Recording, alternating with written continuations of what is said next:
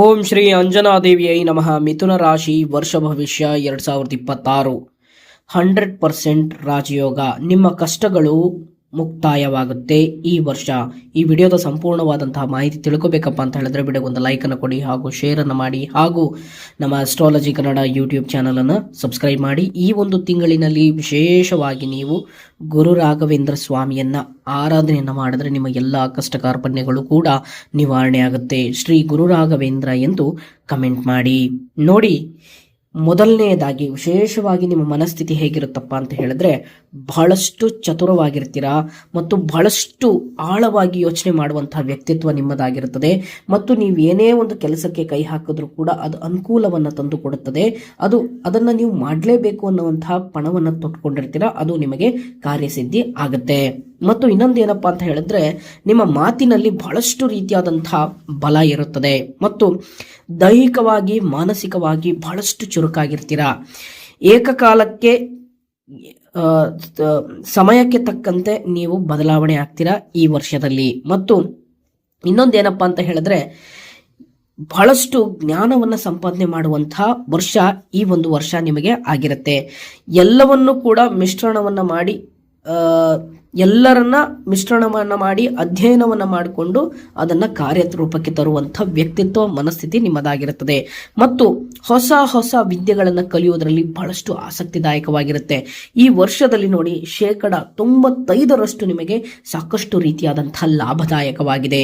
ಅದರಲ್ಲಿ ವಿಶೇಷವಾಗಿ ಮೊದಲನೇದಾಗಿ ನಾವು ತೆಗೆದುಕೊಂಡಾಗ ನಿಮ್ಮ ವೃತ್ತಿ ಜೀವನ ನೋಡಿ. ವೃತ್ತಿ ಜೀವನದಲ್ಲಿ ಆರಂಭದಲ್ಲಿ ಸಾಕಷ್ಟು ರೀತಿಯಾದಂತಹ ಲಾಭವನ್ನು ಕಾಣುವಂತಹ ಸಾಧ್ಯತೆ ಇದೆ. ಅಂದ್ರೆ ಕೆಲಸದಲ್ಲಿ ಒತ್ತಡವಿದ್ದರೂ ಕೂಡ ಅಷ್ಟೇ, ಎಷ್ಟೇ ಒತ್ತಡವಿದ್ರೂ ಕೂಡ ಅಷ್ಟೇ ಅದನ್ನ ಬಹಳ ಸುಸೂತ್ರವಾಗಿ ಸುಭಿಕ್ಷವಾಗಿ ಯಾವುದೇ ಅಡೆತಡೆಗಳು ಇಲ್ಲದೆ ಅದನ್ನ ಮಾಡಿ ಮುಗಿಸುವಂತಹ ವ್ಯಕ್ತಿತ್ವ, ಉತ್ತಮ ನಾಯಕತ್ವ ಕೂಡ ನಿಮಗೆ ಇರತಕ್ಕಂಥದ್ದು. ಅಂದ್ರೆ ನಿಮ್ಮ ಕೆಲಸದಲ್ಲಿ ಒಂದು ಒಳ್ಳೆ ನಾಯಕನನ್ನ ಹುಡುಕ್ತಾ ಇರ್ತಾರೆ. ಆ ನಾಯಕತ್ವ ನಿಮಗೆ ಪ್ರಾಪ್ತಿಯಾಗುವಂತಹ ಸಾಧ್ಯತೆಯು ಕೂಡ ಇದೆ.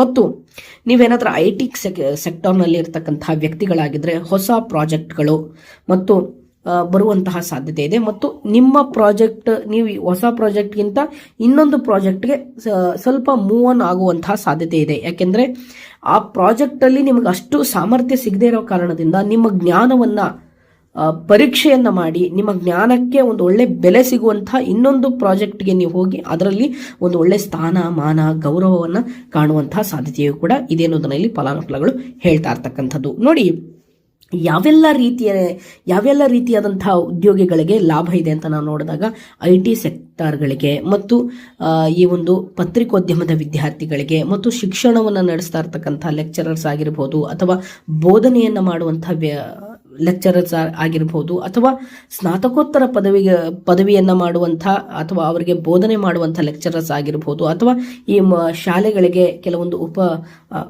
ಶಾಲೆಗಳಿಗೆ ಒಂದು ಅಧ್ಯಾಪಕರಾಗಿರ್ಬೋದು ಅಂಥವರಿಗೆ ವಿಶೇಷವಾದಂತಹ ಸ್ಥಾನ ಮಾನ ಗೌರವ ಸಿಗುವಂತಹ ಸಾಧ್ಯತೆ ಇದೆ. ಇಂತಹವರಿಗೆ ನಿಮ್ಮ ಉದ್ಯೋಗ ಕ್ಷೇತ್ರದಲ್ಲಿ ಯಾವುದೇ ರೀತಿಯಾದಂತಹ ತೊಂದರೆ ಇಲ್ಲ ಅನ್ನೋದು ಫಲಾನುಫಲಗಳು ಹೇಳ್ತಾ ಇರ್ತಕ್ಕಂಥದ್ದು. ಮತ್ತು ಮಾರ್ಕೆಟಿಂಗ್ ಕ್ಷೇತ್ರದಲ್ಲಿ ಇರತಕ್ಕಂತಹ ವ್ಯಕ್ತಿಗಳಿಗೆ ಇಷ್ಟೇ ವರ್ಷದಲ್ಲಿ ಟಾರ್ಗೆಟ್ ಅನ್ನ ಮಾಡಬೇಕು, ತಿಂಗಳು ಇಷ್ಟೇ ಟಾರ್ಗೆಟ್ ಮಾಡುವಂತಹ ವ್ಯಕ್ತಿಗಳಿಗೆ ನಿಮಗೆ ಆ ಒಂದು ಉದ್ಯೋಗ ಕ್ಷೇತ್ರದಲ್ಲಿದ್ದವರಿಗೆ ಸಾಕಷ್ಟು ರೀತಿಯಾದಂತಹ ಲಾಭಗಳಾಗುವಂತಹ ಸಾಧ್ಯತೆ ಇದೆ. ಇವೆಲ್ಲ ಫಲಗಳು ನಿಮಗೆ ಏಪ್ರಿಲ್ ನಂತರ ನಿಮಗೆ ಈ ಒಂದು ಉತ್ತಮವಾದಂತಹ ಫಲವನ್ನು ನೀವು ಕಾಣುವಂತಹ ಸಾಧ್ಯತೆಯು ಕೂಡ ಇದೆ ಅನ್ನೋದರಲ್ಲಿ ಫಲಾನುಫಲಗಳು ಹೇಳ್ತಾ ಇರ್ತಕ್ಕಂಥದ್ದು.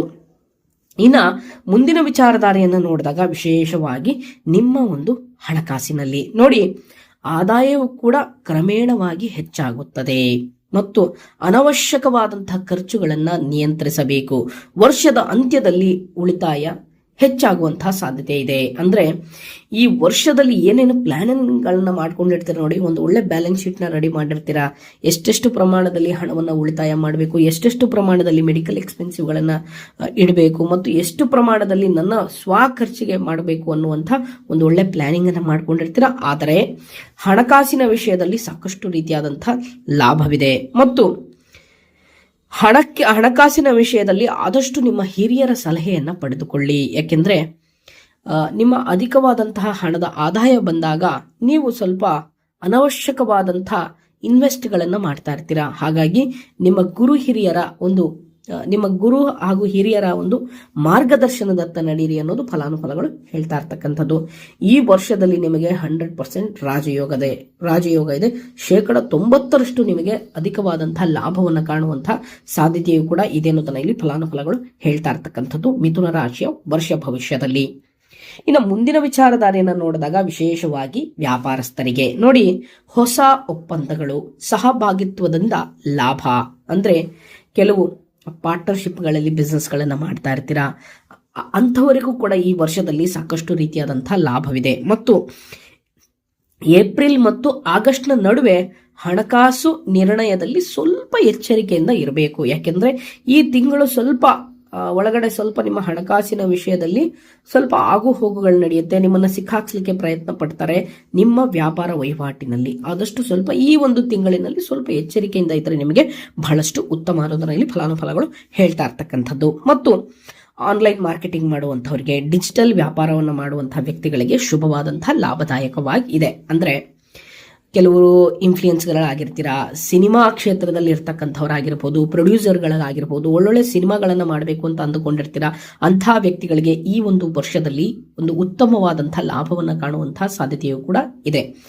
ಯಾಕೆಂದ್ರೆ ನಿಮ್ಮ ಯೋಗದ ಫಲ ಪ್ರಕಾರ ಈ ಒಂದು ಅಂಜನದ ಸಿದ್ಧಿಯ ಮೂಲಕ ಹೇಳುವಂತಹ ಭವಿಷ್ಯವು ಕೂಡ ಸತ್ಯವಾಗಿರುತ್ತದೆ.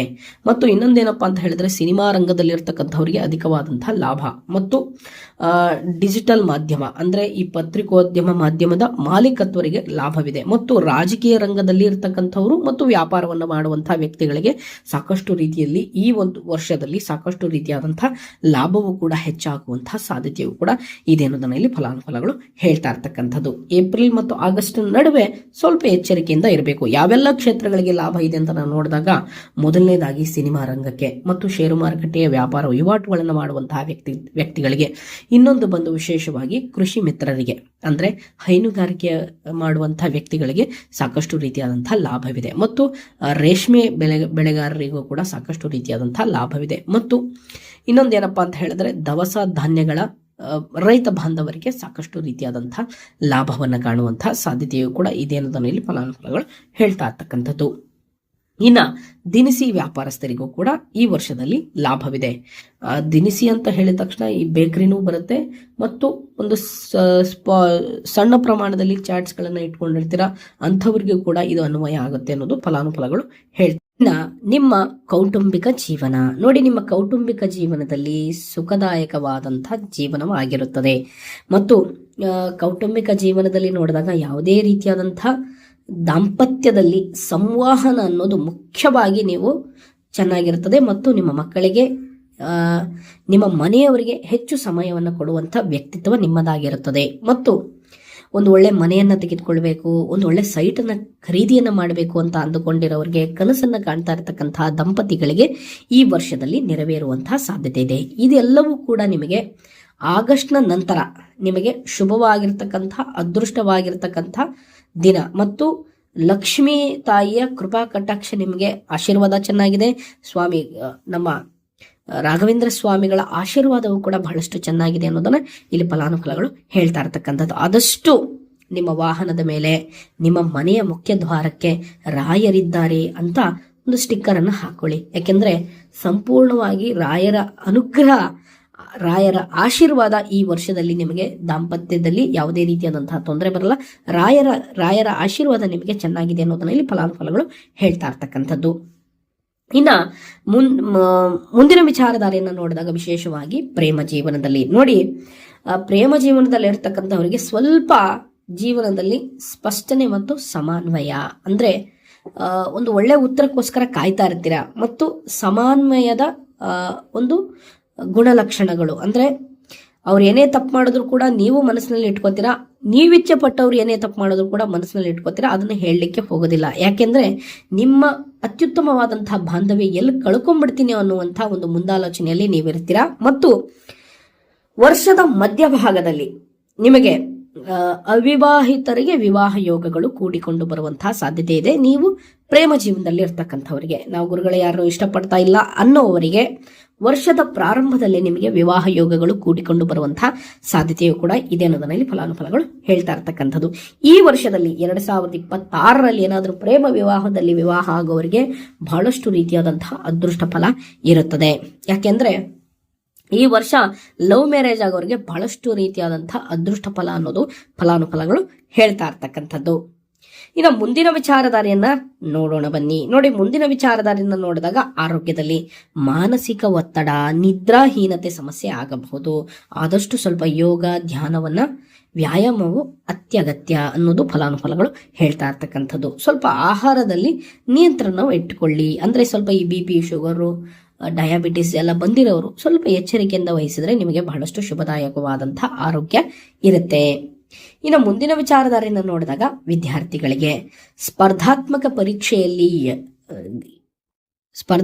ಪರೀಕ್ಷೆಯಲ್ಲಿ ತಯಾರಿಯನ್ನು ಮಾಡುವಂತಹ ವ್ಯಕ್ತಿಗಳಿಗೆ ಅಧಿಕವಾದಂತಹ ಯಶಸ್ಸು ಸಿಗುವಂತಹ ಸಾಧ್ಯತೆಯು ಕೂಡ ಇದೆ ಅನ್ನೋದನ್ನ ಫಲಾನುಫಲಗಳು ಹೇಳ್ತಾ ಇರ್ತಕ್ಕಂಥದ್ದು. ಇನ್ನ ವಿದೇಶಿ ಶಿಕ್ಷಣಕ್ಕೋಸ್ಕರ ಹೊಸ ಕೋರ್ಸ್ಗಳನ್ನು ಮಾಡಬೇಕು ಅಂತ ಅಂದುಕೊಂಡಿರ್ತಕ್ಕಂತಹ ವಿದ್ಯಾರ್ಥಿಗಳಿಗೆ ಸಾಕಷ್ಟು ರೀತಿಯಾದಂತಹ ಶುಭದಾಯಕವಾದಂತಹ ದಿನ ಇದೇನು, ಶುಭದಾಯಕವಾದಂತಹ ಯೋಗ ಫಲಗಳು ಇದೆ ಅನ್ನೋದನ್ನ ಫಲಾನುಫಲಗಳು ಹೇಳ್ತಾ ಇರ್ತಕ್ಕಂಥದ್ದು. ಇನ್ನ ಮುಂದಿನ ವಿಚಾರಧಾರೆಯನ್ನು ನೋಡಿದಾಗ ಈ ವರ್ಷದಲ್ಲಿ ಶುಭ ದಿನಗಳು ಬುಧವಾರ.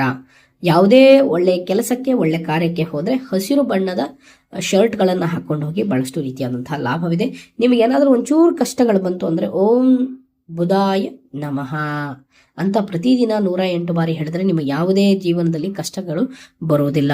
ಶ್ರೀ ಗುರು ರಾಘವೇಂದ್ರ ಎಂದು ಕಮೆಂಟ್ ಮಾಡಿ. ಈ ವರ್ಷ ಪೂರ್ತಿ ನಿಮಗೆ ಅದೃಷ್ಟ ಫಲ ರಾಜಯೋಗ ಬರುತ್ತೆ 100%. ಒಳ್ಳೆದಾಗ್ಲಿ.